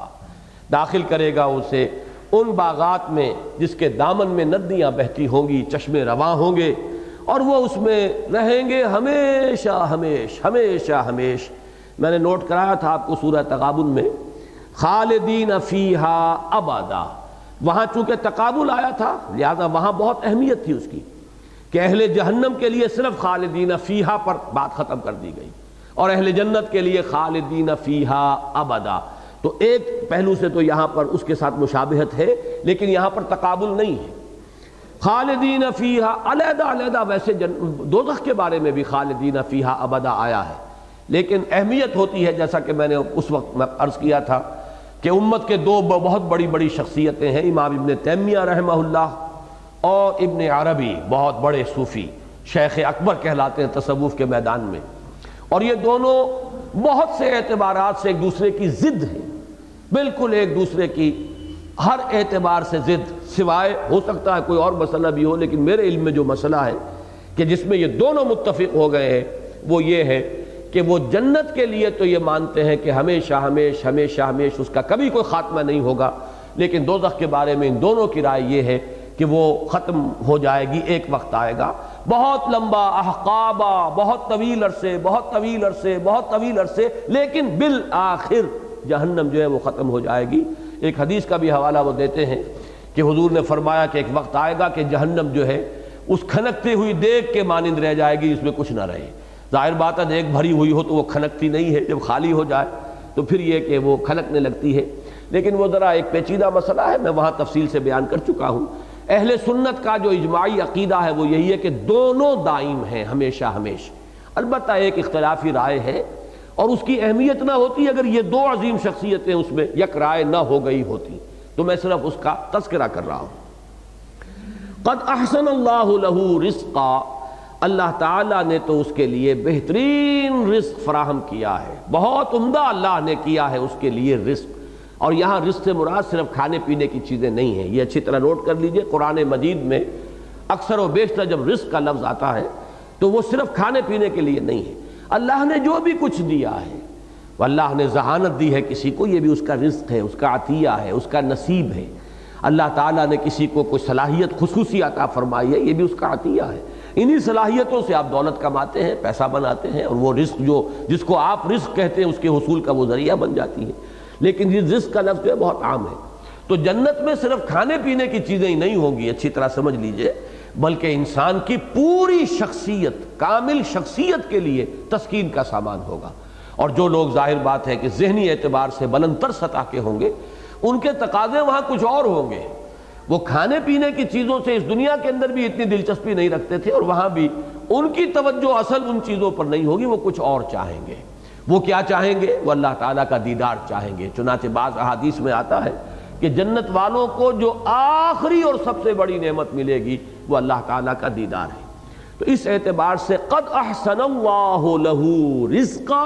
اللہ نے تو اس کا نصیب بہت اچھا کر دیا. اللہ نے تو اس کا جو بھی ملنے والا ہے اسے وہ بہت ہی اعلیٰ مہیا کیا ہے. یہاں چونکہ میں ذرا ایک بات درمیان میں بھول گیا ہوں، میں واضح کر دوں. پچھلی مرتبہ میں نے وضاحت کی تھی، آج پھر واضح کرنا چاہتا ہوں.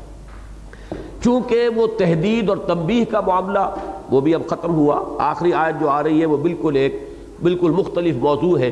اور وہ خاصی اختلافی آیت ہے اور مشکلات القرآن میں سے ہے.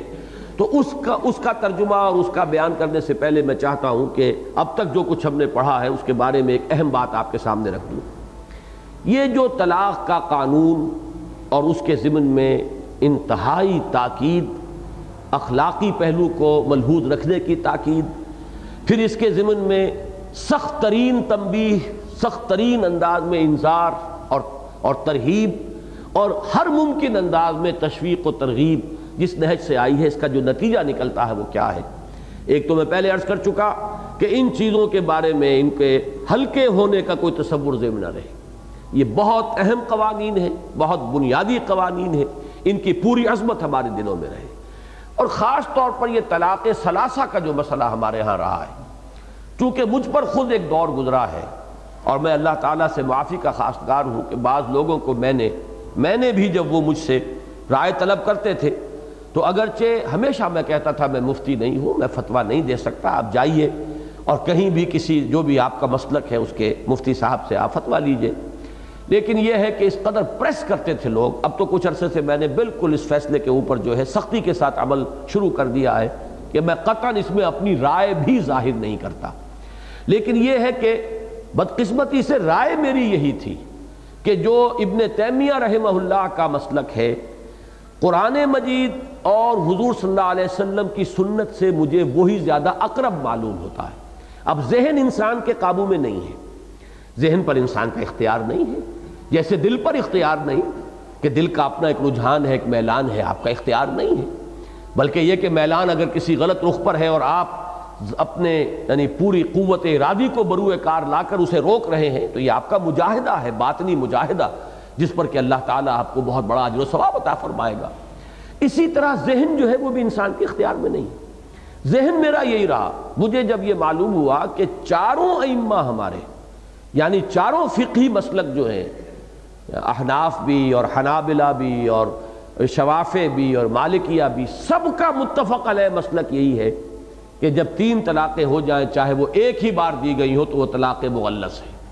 اگرچہ بہت بری ہے، بہت ناپسندیدہ ہے، بہت ہی مکروہ ہے، اور اس پر حضرت عمر رضی اللہ تعالیٰ عنہ کا عمل یہ تھا کہ جو شخص یہ کرتا تھا اسے پھر کوڑے لگواتے تھے. لیکن یہ کہ طلاق نافذ ہو جاتی. اب اس میں سامنے بات آتی تھی عقلی اعتبار سے کہ اتنا نازک معاملہ، خاندانوں کی تباہی اور بربادی، ایک انسان شدید غصے کے عالم کے اندر وہ کہہ بیٹھا ہے، تو کیا یہ چیز ایسی ہے کہ جس پر اس قدر سخت موقف اختیار کیا جائے؟ اب چونکہ معلوم ہوا ابن تیمیہ کا بہت اونچا مقام ہے میری نگاہ میں، بہت بلند مقام ہے، وہ خاص طور پر قرآن مجید کی حکمت کے بہت بڑے عالم ہیں، پھر سنت و سیرت کا ان کا مطالعہ بڑا گہرا ہے، اس معاملے میں ان کی رائے ایک شاذ تھی۔ میرا گمان یہ تھا کہ کسی نہ کسی اور کی بھی ہوگی، ان تمام جو مکاتب اربعہ ہیں ہمارے فقہ کے، ان میں سے کسی کی اور رائے بھی ہو، تبھی تو اہل حدیث حضرات کی یہ رائے ہے۔ لیکن بعد میں مجھے معلوم ہوا کہ نہیں، یہ اہل حدیث حضرات یہ سند لیتے ہیں صرف امام ابن تیمیہ رحمہ اللہ کی رائے سے، باقی چاروں جو ہمارے مکاتب فقہ اہل سنت کے وہ متفق ہیں اس پر کہ 3 طلاقیں جو ہیں وہ اگر بیک وقت دی جائیں تو وہ 3 ہی شمار ہوں گی، اور وہ طلاق مغلظ ہو جائے گی کہ اب ان دونوں کے درمیان نہ رجوع کا کوئی امکان، نہ عدت میں رجوع، نہ عدت کے ختم ہونے کے بعد نکاح ثانی، جب تک کہ اس عورت کا نکاح کسی اور مرد سے نہ ہو، اور پھر وہ مرد بھی اپنی آزاد مرضی سے جب چاہے کبھی اگر طلاق دے دے تو پھر واپس رجوع کر سکیں گے، یہ سابقہ شوہر کے ساتھ اس عورت کا نکاح ہو سکے گا۔ اب اس پر لوگ روتے ہیں، چلاتے ہیں، وہ طرح طرح سے ادھر جا ادھر جا، اور اندیشہ یہ ہو جاتا تھا کہیں، چونکہ شیعہ مکتب فکر بھی یہی ہے، اور میرے علم میں ہے بہت سے لوگ اسی بات پر شیعہ ہو گئے، بہت سے جو حنفی ہیں وہ پھر جا کر بہرحال یہ تو ہلکا معاملہ، اس لیے کہ اہل حدیث وہ تو اہل سنت ہی میں ان کا شمار ہے، وہ کوئی اہل تشیع میں سے تو نہیں ہے۔ کچھ لوگ جنہیں یہ معلوم نہیں ہوتا کہ وہ اہل سنت میں سے بھی ایک گروہ ہے کہ جو اس کے حق میں فتویٰ دے دیتا ہے، اگر ان کے علم میں ہے کہ ہمارا مسئلہ حل ہوتا ہے صرف اہل تشیع کے ہاں، تو شیعہ ہو گئے۔ کچھ لوگوں نے یہ ہے کہ فتوے لے لیے جا کر جو اہل حدیث علماء اور مفتی حضرات ہیں ان سے۔ تو میرا معاملہ کچھ عرصے تک یہ رہا کہ چونکہ میرا ذہن یہ تھا، لہٰذا میں کہتا رہا بھائی میری ذاتی رائے تو یہ ہے واقعتاً کہ 3 طلاقیں جو ہیں ایک وقت میں دی جائیں تو وہ ایک ہی طلاق شمار ہوں گی، لیکن یہ کہ میں اب اس کے بعد جب میں نے طے کیا اور میرے علم میں یہ بات آ گئی کہ یہ تو چاروں مکاتب فقہ کا متفقہ فیصلہ ہے، تو پھر میں نے طے کر لیا تھا کہ میں ذاتی رائے بھی کسی کے سامنے پیش نہیں کروں گا، اور میں نے اس کے بعد الحمدللہ کہ کسی کو ذاتی رائے نہیں دی، بہت ہی بلنٹلی میں کہتا رہا ہوں کہ نہیں، میرا اس معاملے کے اندر میں آپ کو نہ اپنی ذاتی رائے بتاؤں گا، نہ میرا کوئی فتویٰ ہے، جائیے اور فتویٰ لیجئے، جس پر بھی آپ کا دل ٹھکتا ہو فتویٰ لے لیجئے۔ لیکن اب میری رائے جو بن چکی ہے وہ میں در حقیقت اس کی وضاحت کے لیے میں نے اتنا وقت آپ کا لیا ہے، وہ یہ ہے کہ پورا انشراح ہے مجھے اس پر کہ یہی حق ہے، البتہ اس کا جو دوسرا پہلو ہے بدقسمتی سے وہ ہمارے سامنے نہیں ہے، جس کی وجہ سے ساری کمپلیکیشن اور پیچیدگیاں پیدا ہوئی ہیں۔ وہ دوسرا پہلو یہ ہے کہ سزا تعزیر کے درجے میں معین کی جائے ان لوگوں کے لیے جو یہ حرکت کر بیٹھتے ہیں، جیسا کہ میں نے کہا تھا پچھلی مرتبہ،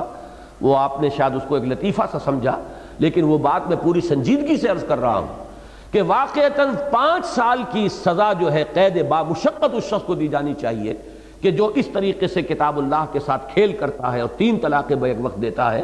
پھر جیسا کہ میں نے عرض کیا تھا، پھر غصہ بھی سوچ سمجھ کے آئے گا آدمی کو، معلوم ہو کہ یہ قانون ہے اور اس میں کوئی رکاوٹ نہیں ہے، شریعت کے اندر تعزیر ہو سکتی ہے، جس کی نظیر ہمارے پاس موجود ہے کہ حضرت عمر رضی اللہ تعالی عنہ، جن کے بارے میں یہ مشہور ہے کہ انہوں نے اس کو سختی کے ساتھ نافذ کیا۔ حضور اپنی حیات طیبہ میں تو ایک نرمی برتتے تھے، اس آدمی کے اوپر آپ ڈال دیتے تھے کہ اچھا بھائی تم بتاؤ تمہاری نیت 3 کی تھی یا 1 کی تھی؟ اگر وہ کہتا تھا کہ جی نیت بھی 3 ہی کی تھی تو فرماتے تھے کہ اب معاملہ تمہارے ہاتھ سے نکل گیا، اب تو وہ طلاق واقع ہو گئی۔ لیکن اگر وہ کہتا جی نہیں میری تو نیت 1 ہی کی تھی تو پھر وہ 1 ہی شمار کر لیتے تھے۔ یہ نرمی حضور صلی اللہ علیہ وسلم نے برقرار رکھی، لیکن ظاہر بات ہے کہ اس کا پورا بوجھ جو ہے اس شخص کے اوپر جا رہا ہے۔ لیکن حضرت عمر نے یہ دیکھ کر کہ لوگ اس سے فائدہ اٹھا رہے ہیں، دیتے ہیں طلاقیں پورا روب جھاڑنے کے لیے، اور بیوی کو کے لیے تو گویا کہ وہ یعنی زمین و آسمان ایک ہو جاتے ہیں غریب کے لیے جب اس کو طلاق جو ہے مغلظ طلاق دے دی جائے، کیا کرے گی؟ لیکن یہ ہے کہ وہ کہتے ہیں کہ صاحب نیت ہماری 1 کی تھی۔ تو یہ چونکہ اب کھیل شروع ہو گیا تھا شریعت کے ساتھ، تو حضرت عمر نے گویا کہ اس کو پختہ فیصلہ کر لیا کہ اب جو چاہے وہ کہے، تم نے 3 طلاقیں دی تو 3 طلاقیں نافذ۔ اور چونکہ اہل سنت کے ہاں یہ اصول ہے، علیکم بسنتی وسنت الخلفاء الراشدین المہدیین،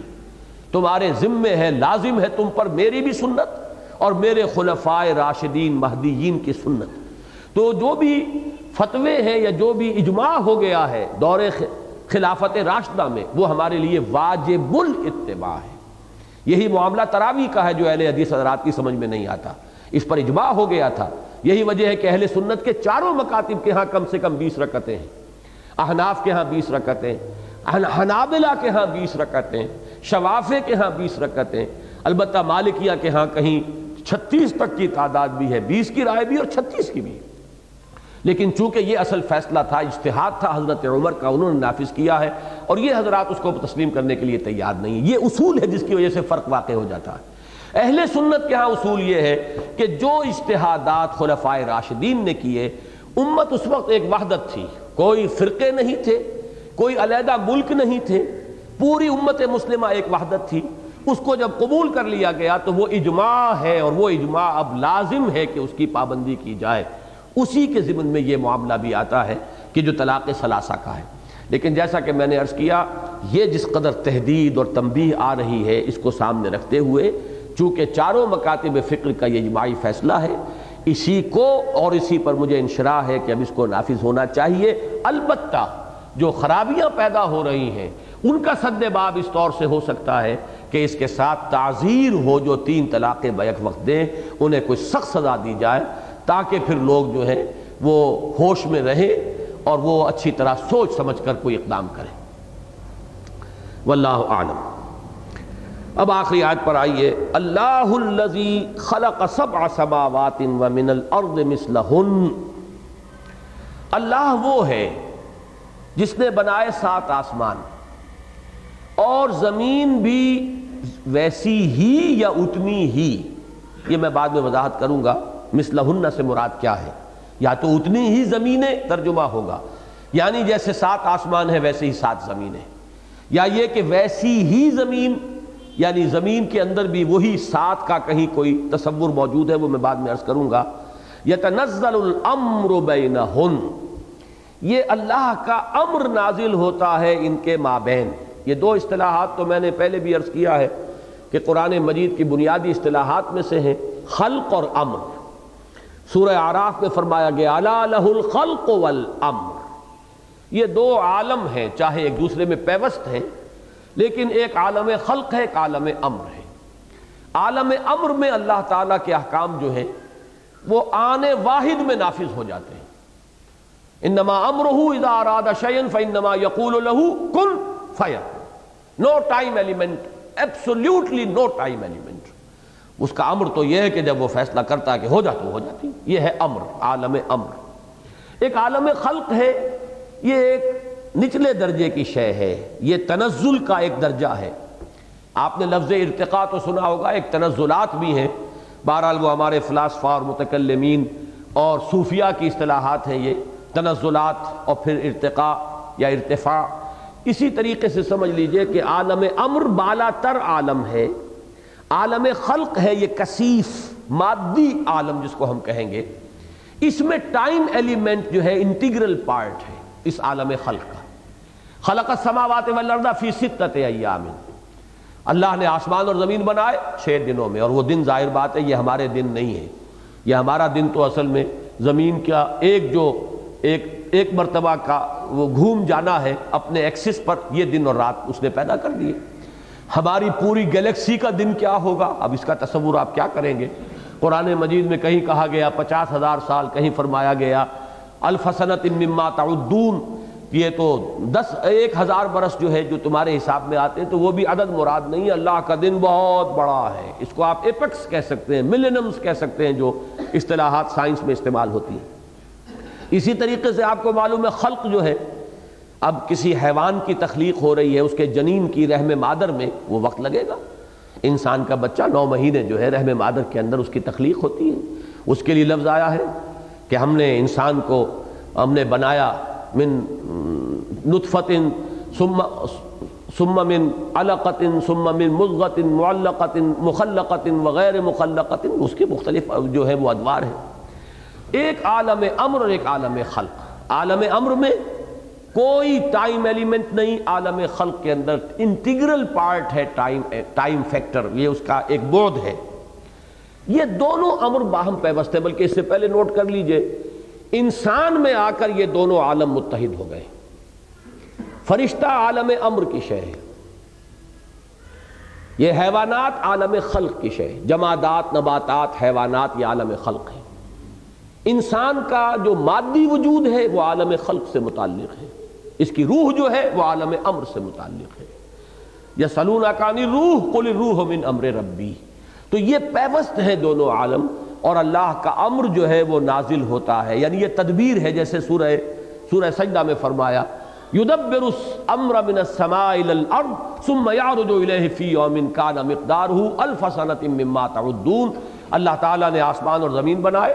ثم استوى علی العرش، پھر عرش پر متمکن ہوا۔ اب تدبیر فرما رہا ہے، اس عالم خلق کے اندر الٹ پھیر جو ہو رہے ہیں،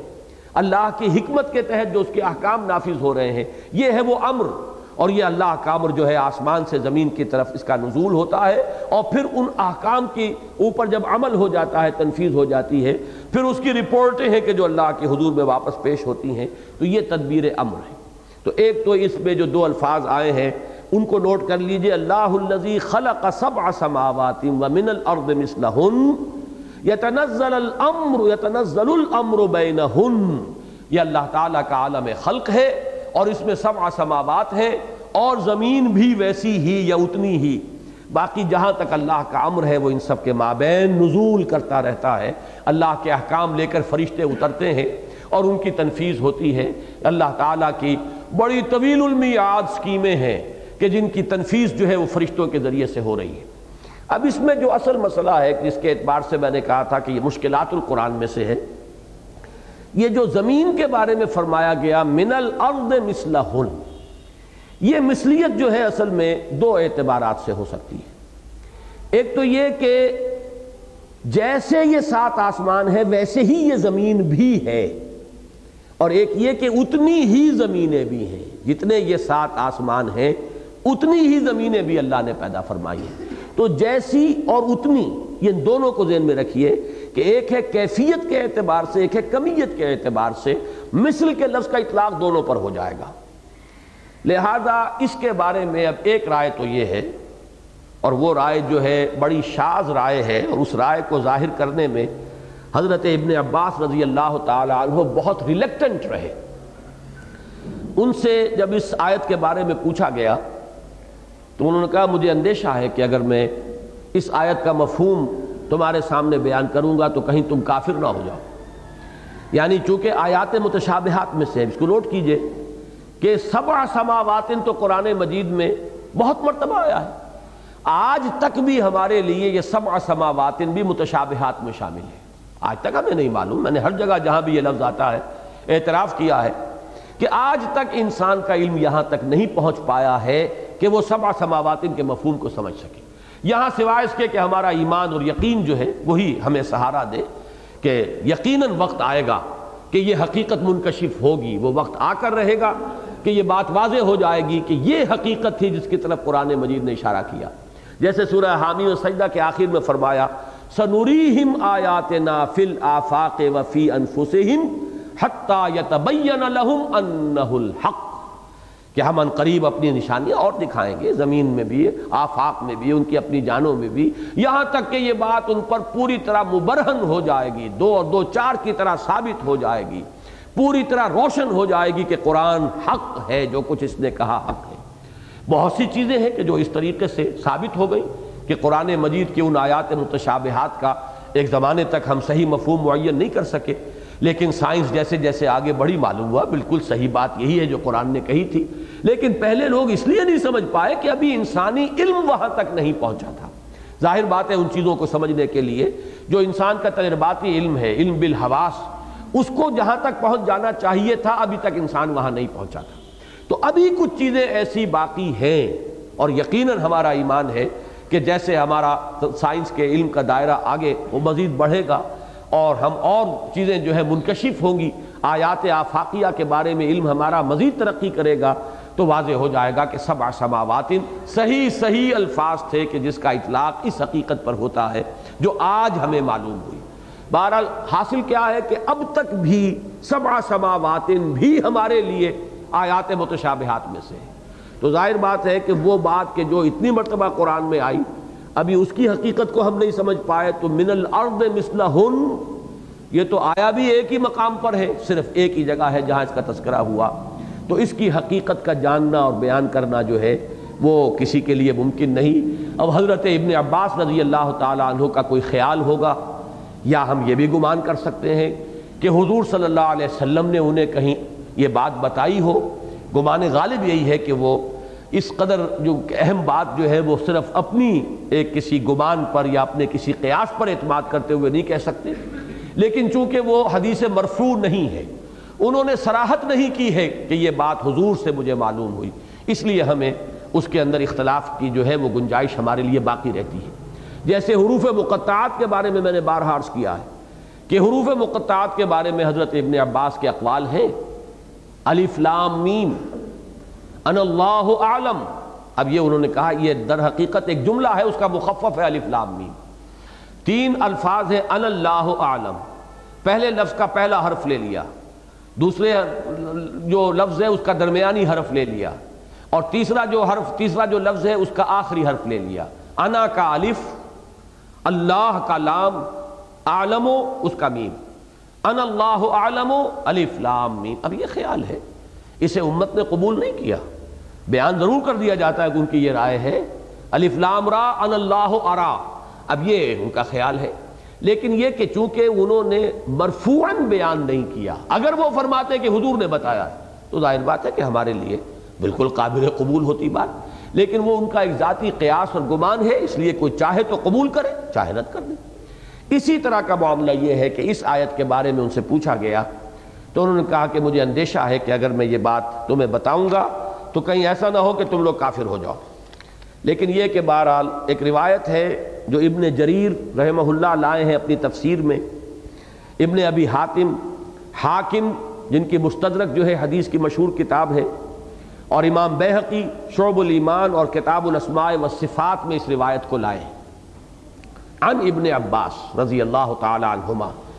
انہوں نے فرمایا کہ واقعتاً حقیقتاً جیسے 7 آسمان ہیں 7 ہی زمینیں ہیں،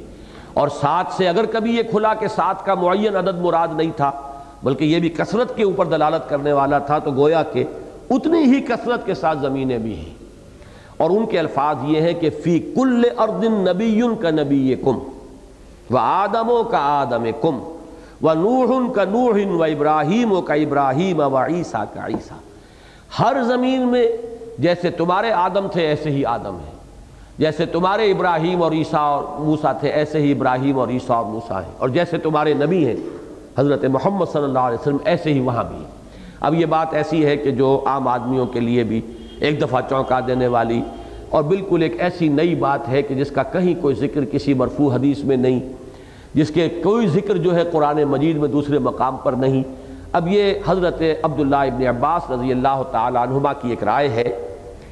اس روایت کو ابن حجر ابن فتح الباری میں اور ابن کثیر نے اپنی تفسیر میں بھی نقل کیا ہے، اور امام ذہبی رحمہ اللہ نے کہا ہے کہ اس کی سند صحیح ہے، لیکن ساتھ ہی یہ بھی کہا ہے کہ جو بھی اس کی روایات ملتی ہیں وہ ایک راوی پر جا کر جمع ہو جاتی ہیں ابو الضحیٰ نامی، اور کسی اور شخص سے وہ روایت ہمیں نہیں مل رہی، یہ ایک طرح کا ضعف ہے۔ اور ایک رائے جو ہے ملا علی قاری، وہ احناف کے ایک مشہور عالم ہیں، انہوں نے اسے حدیث کو یا اس روایت کو موضوعات میں شمار کیا کہ یہ گھڑی ہوئی ہے، اس کی کوئی حقیقت نہیں۔ باقی علامہ آلوسی نے رحمہ اللہ اس کو نقل کیا ہے اپنی تفسیر میں، اور کہا اس میں کوئی شے نہ عقلاً غلط ہے، ہو سکتا ہے کہ ایسا ہو، اور نہ ہی یہ کہ نقلاً کوئی شے ایسی ہمارے پاس موجود ہے جو اس کی نفی کر سکے۔ بہرحال یہ ایک رائے ہے جو میں نے آپ کے سامنے رکھ دی ہے۔ اب یہ کہ سوچنے کے لیے ایک میدان جو ہے وہ لوگوں کے لیے ہے کہ یہ اب اسلاف میں بھی یہ مسئلہ زیر بحث رہا ہے، اگرچہ اکثر و بیشتر لوگوں نے اسے قبول نہیں کیا ہے، لیکن یہ کہ مولانا مودودی نے جہاں یہ ساری تفاصیل بھی تفہیم القرآن میں دی ہیں، وہاں ایک حوالہ ان کا جو ہے وہ بہت اہم ہے۔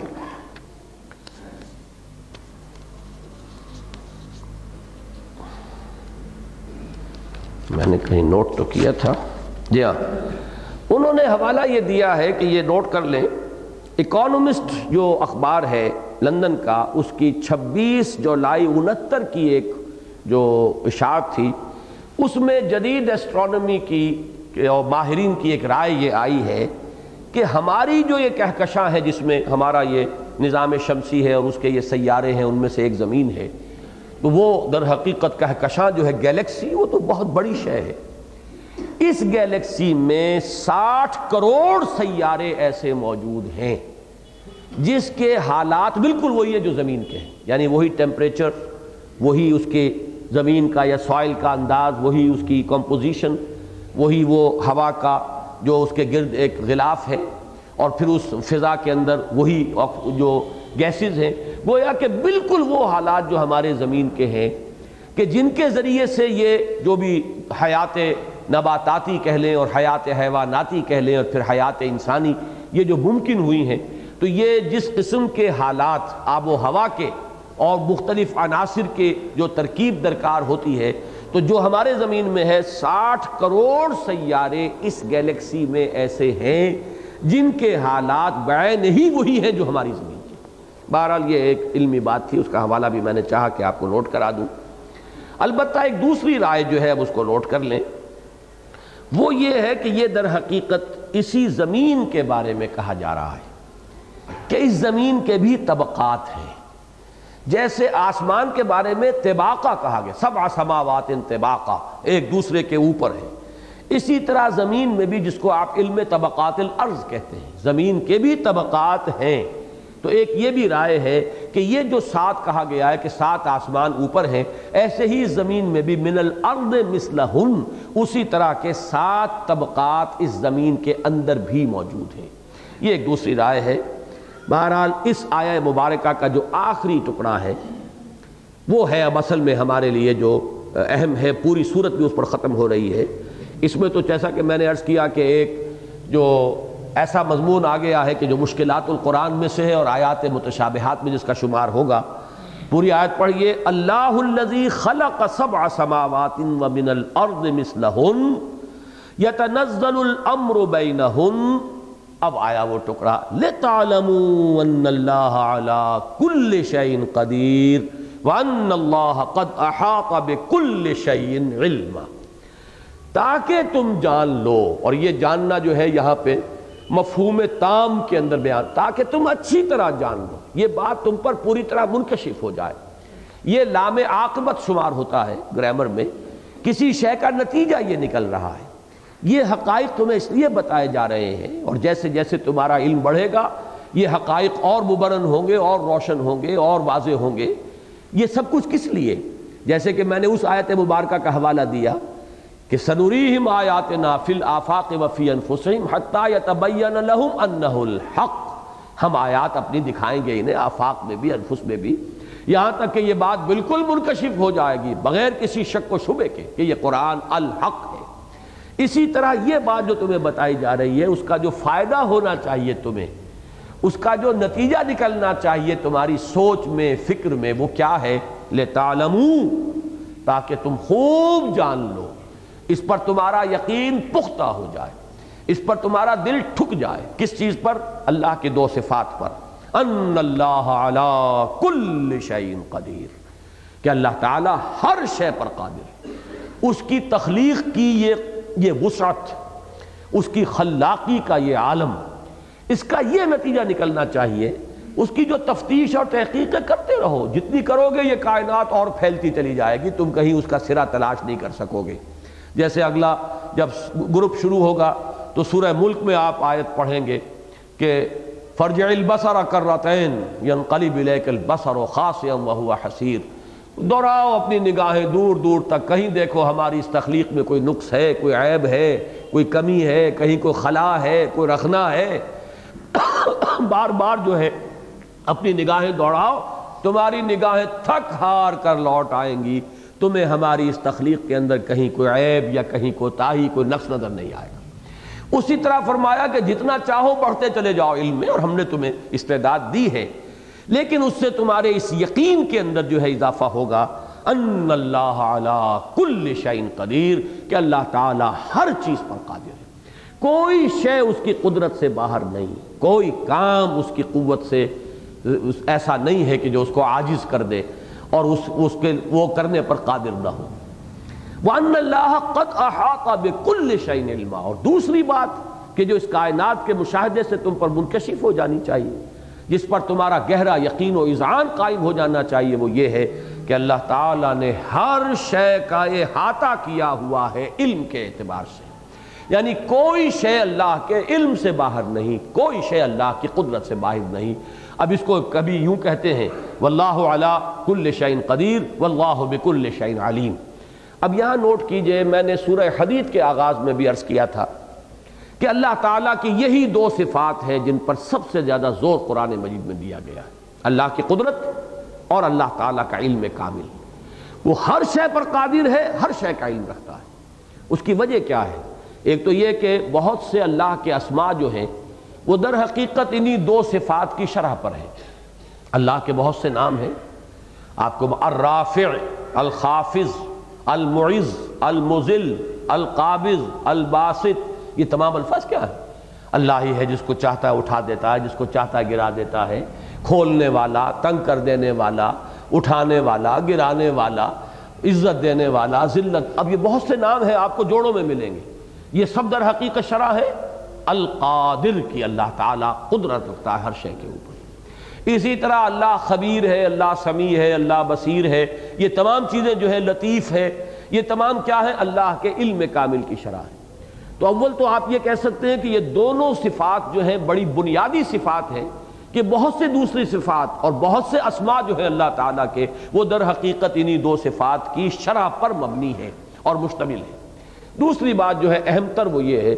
کہ ان دونوں صفات کا تعلق ہے ایمان بالمعاد کے ساتھ۔ دو وسوسے ہیں جو شیطان انسانی ذہن کے اندر ڈالتا ہے، اور وہ دونوں وہ ہیں کہ جن سے آخرت پر ایمان کی جڑ کٹ جاتی ہے۔ ایک تو یہ کہ کیسے ہوگا بعث بعد الموت، ہم گل سڑ جائیں گے، اذا کنا عظاما ورفاتا، اذا کنا عظاما نخرا، اذا متنا وکنا ترابا ذلک رجم بعید۔ یہ کیسے ہوگا؟ ہو نہیں سکتا، ہڈیاں بھی گل سڑ جائیں گی۔ اور جیسے کہ میں نے بارہا کہا ہے کہ آج کا ایک نوجوان کہے گا مزید اس کے اندر نمک مرچ لگا کر کہ ہمارے تو ایٹمز بھی تحلیل ہو جائیں گے اور اس کے نیوٹرونز اور پروٹونز بھی نہ معلوم کن چیزوں میں شامل ہو چکے ہوں گے اور دوسرے حیوانات میں آ جائیں گے اور پھر کوئی اور کسی انسان کے جسم میں پہنچ جائیں گے، کیسے جمع ہوگا؟ یہ کیسے ہو سکتا ہے؟ یہ سوال جو آتا ہے، واقعہ یہ ہے کہ آدمی جو ہے اس کے اوپر چونکہ اس کے اپنے ذہن کی جو چھوٹی سی محدود سی دنیا ہے اس میں یہ بات جو ہے وہ نہیں آتی، اس کے اپنے اندازے میں، اپنے قوت متخیلہ میں وہ اس کا احاطہ نہیں کر سکتا، لہذا یہاں جڑ کٹتی ہے ایمان بالآخرہ کی بعث بعد الموت کی۔ اب قرآن مجید جس انداز میں اسے کہتا ہے، سورہ تغابن میں آپ دیکھا ہے اذعان اور یقین کے ساتھ، زعم الذین کفروا ان لن یبعثوا قل بلی وربی لتبعثن ثم لتنبؤن بما عملتم۔ کہیں فرمایا جاتا ہے دلیل کے انداز میں کہ غور کرو، جیسے سورہ قیامہ کے آخر میں فرمایا گیا ہے الم یکن نطفۃ من منی یمنی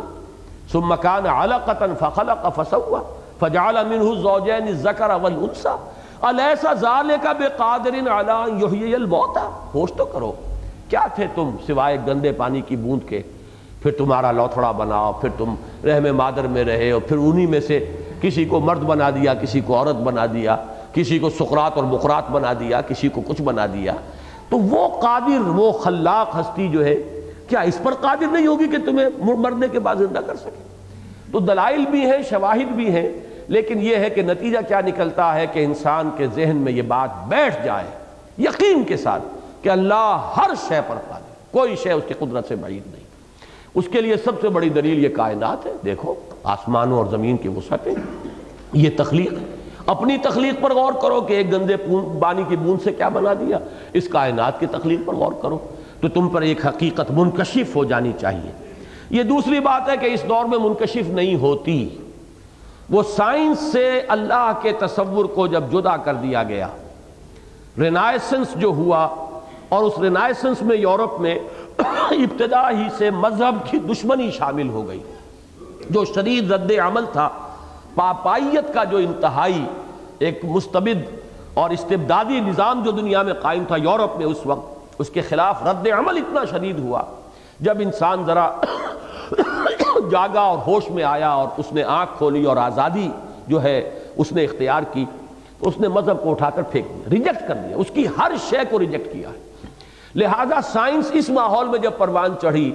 تو وہ اس کی شان یہ ہے جو علامہ اقبال نے انتہائی خوبصورتی سے ایک شعر میں بیان کی ہے یہ سائنس کا جو علم ہے اس وقت کا، اس کے بارے میں صحیح ترین ہے تعبیر جو کی ہے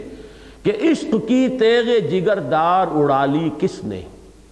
علم کے ہاتھ میں خالی ہے میان اے ساقی۔ یہ میان ہے، تلوار نکل گئی، میان تو ہے۔ یہ سارا علم جو ہے اس میں اگر اللہ تعالیٰ کی معرفت بھی شامل رہتی، ایمان بھی شامل رہتا، تو یہی علم جو ہے یہ تو بہت بڑی تلوار تھی، اس کے اندر بڑی صلاحیت تھی، اس سے یقین پیدا ہونا چاہیے تھا، اس سے اللہ تعالیٰ کی معرفت اور بڑھتی چلی جاتی، اللہ کی صفات کا یقین اور گہرا ہوتا چلا جاتا۔ نتیجہ یہ ہوتا کہ وہ صورت پیدا ہو جاتی جو قرآن مجید میں فرمائی کہ انما یخشی اللہ من عبادہ العلماء، اصل خشیت تو اللہ کے انہی بندوں کے دلوں میں ہوتی ہے جو صاحب علم ہوتے ہیں، جنہیں اندازہ ہو اس کائنات کی وسعت کیا ہے۔ وہ سمجھے گا نا اللہ کی قدرت کا کیا ٹھکانہ ہے، بشرطے کہ اللہ کو مانتا ہو۔ ایک شخص اللہ کو مانتا ہے، اس کا اپنا ذہن چھوٹا سا ہے، وہ اس کائنات کو بھی سمجھتا ہے کہ شاید 200-400 میل کے اندر اندر ہے اور اس کے سوا کچھ نہیں، تو ظاہر بات ہے اسی کے حوالے سے اللہ کی خلاقی اور اللہ کی قدرت کا ریشو پروپورشن اس کے ذہن میں قائم ہوگا۔ لیکن جو شخص اللہ کو مانتا ہو اور پھر اس کے سامنے جو ہے یہ خلا کی پہنائیاں آئیں اور وہ فاصلے اس کے سامنے آئیں کہ جن کا واقعہ یہ ہے کہ ہمارے نیومیریکلز ختم ہو گئے اور لائٹ ایئرز آپ نے ایجاد کیے، اور پھر millions and millions and billions and billions and trillions of light years کے فاصلے جب آتے ہیں تو اس آدمی پر منکشف ہوگا لِتَعْلَمُوا أَنَّ اللَّهَ عَلَىٰ كُلِّ شَيْءٍ قَدِيرٌ۔ لیکن یہ نتیجہ کب آئے گا؟ جبکہ وہ بنیادی پونجی ایمان باللہ کی موجود ہو۔ وہ اگر ہوگا، زمین ہی نہیں ہے تو کاشت کہاں کریں گے، وہ زمین ہی نہیں ہے تو فصل کہاں آپ جو ہے اس کو حاصل کر سکیں گے۔ ایمان باللہ کی زمین ہو اور پھر یہ وسعتیں جو ہیں ان معلومات کی انسان کے سامنے آئیں گی، تو پھر اللہ تعالیٰ کی صفات کا بھی جو اب تصور اس کا ہوگا، وہ اس بیچارے عام دیہاتی یا عام ایک شخص کے جس کو اندازہ ہی نہیں ہے اس کائنات کی وسعتوں کا، وہ اس کے ذہن میں وہ بات اس درجے میں نہیں آ سکتی۔ تو فرمایا اللہ الذی خلق 7 سماوات ومن الارض مثلہن یتنزل الامر بینہن لتعلموا ان اللہ علی کل شیء قدیر وان اللہ قد احاط بکل شیء علما۔ اور دوسری صفت ہے علم، اس کے بارے میں جیسے کہ میں نے پہلے بھی عرض کیا تھا سورہ حدید کے اس درس کے دوران بھی، کہ وسوسہ یہ آتا ہے کہ ہر شے کہاں اللہ کے علم میں ہوگی، اور بہت سے فلاسفہ کا مسلک بھی یہی ہے، جو ارسطو کے پیروکار ہیں جن کو مشائین کہتے ہیں، ان کی رائے یہی ہے کہ اللہ تعالیٰ، اللہ کو تو وہ مانتے ہیں، لیکن اللہ کے علم کے بارے میں بڑی عجیب بات ان کے قول میں ہے، ان کی رائے ہے کہ اللہ صرف کلیات سے واقف ہے، کلیات کا علم رکھتا ہے، جزیات کا علم نہیں رکھتا۔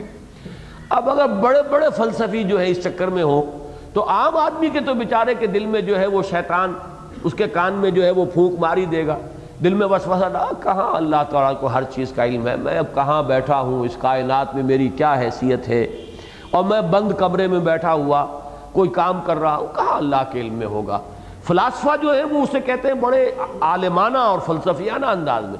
اللہ کو کہاں ان چیزوں سے دلچسپی ہے، اللہ تو اپنی ذات اور اپنی شان میں مگن ہے، کل یوم ہوا فی شان، اس کے لیے اتنی چیزیں اور ہیں دلچسپی کی کہ کیا وہ یہ دیکھے گا کہ فلاں شخص کیا کر رہا ہے اور فلاں کا کیا عمل ہے اور فلاں نے کیا حرکت کی ہے اور فلاں نے کیا زبان سے نکالا ہے۔ یہ چیزیں جو ہیں یہ تمہارے اپنے ہی ذہن کے اندر ہے کہیں یہ بات، یا یہ کہ بہت کہیں گے یہ صرف انسان کو ٹھیک رکھنے کے لیے یہ ڈراوے دے دیے گئے ہیں ذرا تاکہ وہ اس کا طرز عمل صحیح رہے۔ تو مختلف پیمانوں سے اور مختلف اندازوں سے، مختلف راستوں سے، مختلف گوشوں سے یہ وسوسے آتے ہیں۔ انسان کو تیر کی طرح سیدھا رکھنے والی بات یہ ہے کہ اسے یقین رہے کہ اللہ ہر شے کا علم رکھتا ہے۔ یہی وجہ ہے کہ جو آیت نمبر 4 تھی سورہ تغابن کی، میں نے آپ کو بتایا تھا کہ 3 مختلف اسلوبوں میں ایک ہی بات کہی گئی، اور تینوں میں سے ہر ایک جو ہے اپنی جگہ پر کامل ہے۔ یعلم ما فی السماوات والارض، جانتا ہے جو کچھ کہ ہے آسمانوں میں اور زمین میں۔ وَيَعْلَمُ مَا تُسِرُّونَ وَمَا تُعْلِنُونَ، وہ جانتا ہے جو کچھ کہ تم چھپاتے ہو اپنے اندر اور جو کچھ کہ تم ظاہر کرتے ہو، یا جو کچھ تم چھپا کر کرتے ہو اور جو کچھ تم ظاہر کر کے کرتے ہو، اعلانیہ کرتے ہو۔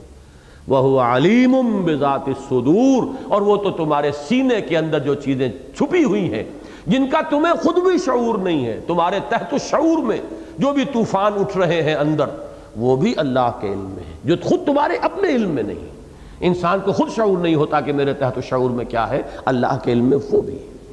تو یہ ہے اصل میں وَأَنَّ اللَّهَ قَدْ أَحَاطَ بِكُلِّ شَيْءٍ عِلْمًا، اللہ تعالیٰ نے تو ہر شے کا احاطہ کیا ہوا ہے علم کے اعتبار سے، یعنی کوئی شے اللہ کے علم سے باہر نہیں ہے۔ اس آیت مبارکہ پر یہ سورہ مبارکہ ختم ہوتی ہے۔ اب انشاءاللہ اگلے ہفتے ہم سورہ تحریم کا مطالعہ شروع کریں گے۔ بارک اللہ لی ولکم فی القرآن العظیم ونفعنی وإیاکم بالآیات والذکر